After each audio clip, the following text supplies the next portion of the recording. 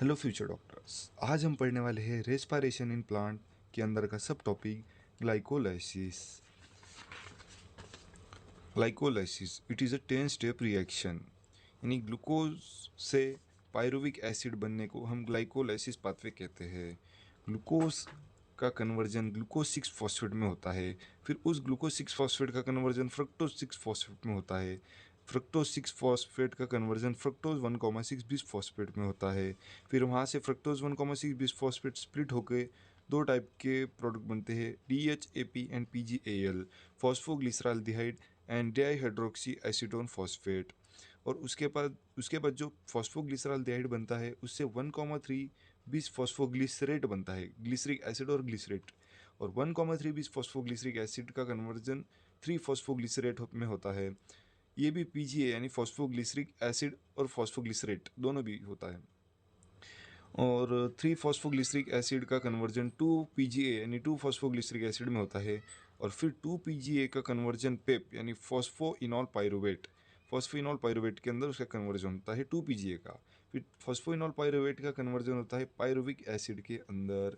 अब इस दौरान हमें कुछ एंजाइम की मदद लगेगी, हमें यानी प्लांट को हमें कुछ एंजाइम की मदद लगेगी। उसके अंदर फर्स्ट ऑफ ऑल ग्लूकोज का कन्वर्जन ग्लूकोज 6 फॉस्फेट में होने के लिए हेक्सोकाइनेज नाम का एंजाइम यूज़ होता है। उसके बाद सेकेंड वाली स्टेप के अंदर ग्लूकोज 6 फॉस्फेट का कन्वर्जन फ्रक्टोज 6 फॉस्फेट में होने के लिए आइसोमरेज नाम के एंजाइम की मदद लगेगी प्लांट को। फिर जब फ्रक्टोज 6 फॉस्फेट का कन्वर्जन फ्रक्टोज 1,6 बिस फॉस्फेट में होगा तो फ्रक्टोज काइनेज। इसी तरह नेक्स्ट स्टेप के अंदर हमें आइसोमरेज एंजाइम की मदद लगेगी, यहाँ पे स्प्लिटिंग होगी, यहाँ पे आइसोमरेज नाम का एंजाइम यूज़ होगा। उसके बाद फिर जब फॉस्फोग्लिसराल्डिहाइड का कन्वर्जन 1,3 फॉस्फोग्लिसरेट में होता है तब भी हमें एक एंजाइम लगेगा जिसका नाम है डिहाइड्रोजिनेज। डिहाइड्रोजिनेज एंजाइम की मदद से 1,3 भी फॉस्फोग्लिसरेट बनता है। फिर उसके बाद भी हमें जो एंजाइम लगेगा वो फॉस्फोग्लिसरेट काइनेज, उसके बाद वाले स्टेप में लगेगा आइसोमरेज, और उसके बाद वाले स्टेप में लगेगा एनोलेज, और उसके बाद जब फॉस्फोइनॉल पायरुवेट का कन्वर्जन पायरुविक एसिड में होगा तब पायरुवेट काइनेज होगा।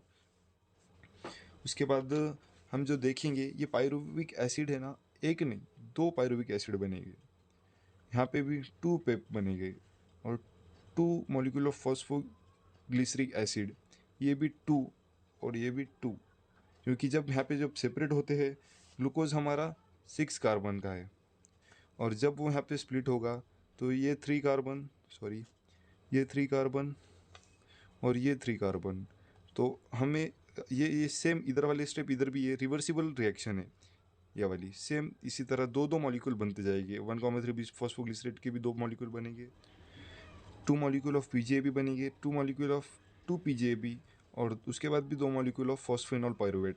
2 मॉलिक्यूल फॉस्फेनॉल पायरुवेट के कन्वर्ट हो जाएंगे 2 मॉलिक्यूल ऑफ पायरुविक एसिड। इसके बाद हम डिस्कशन करेंगे कुछ PTRs, point two remembers. First question है ग्लाइकोलाइसिस ऑकर्स इन, ग्लाइकोलाइसिस कहाँ पर ऑकर्स होती है? ग्लाइकोलाइसिस ऑकर्स होती है सेल के साइटोप्लाज्म में। उसके बाद हमें ये भी क्वेश्चन पूछा जा सकता है, first enzyme of glycolysis, glycolysis के अंदर ग्लूकोज से जब ग्लूकोज 6 फॉस्फेट में कन्वर्ट हुआ था वहाँ पे कौन सा एंजाइम यूज़ हुआ था? उस एंजाइम का नाम है हेक्सोकाइनेज, यहाँ पे आप फिल कर देना। उसके बाद है how many CO2 get produce in glycolysis, glycolysis cycle के पाथवे के अंदर एक भी CO2 प्रोड्यूस नहीं होता, 0 CO2। उसके बाद है how many NADH get form, NADH कितने फॉर्म में पूरे ग्लाइकोलाइसिस साइकिल के पाथवे के अंदर एक जगह पे 6th वाली रिएक्शन में NADH फॉर्म होते हैं। फिर उसके बाद क्वेश्चन ये भी आ सकता है in which step ATP is produced, ATP कौन से स्टेप में प्रोड्यूस हुए थे? आपने देखा है ना ये ATP प्रोड्यूस हुए थे 10th और 7th वाली स्टेप के अंदर। उसके बाद क्वेश्चन है in we step ATP are utilize, ATP utilize कहाँ कहाँ हुए थे? फर्स्ट और थर्ड वाले स्टेप के अंदर। तो आज के लिए गाइस इतना ही, हम मिलते हैं नेक्स्ट वीडियो में। इसके बाद की वीडियो आएगी क्रेब साइकिल के ऊपर, और उसके पहले एक होता है एसिडाइलेशन, उन दोनों पर एक वीडियो आएंगी।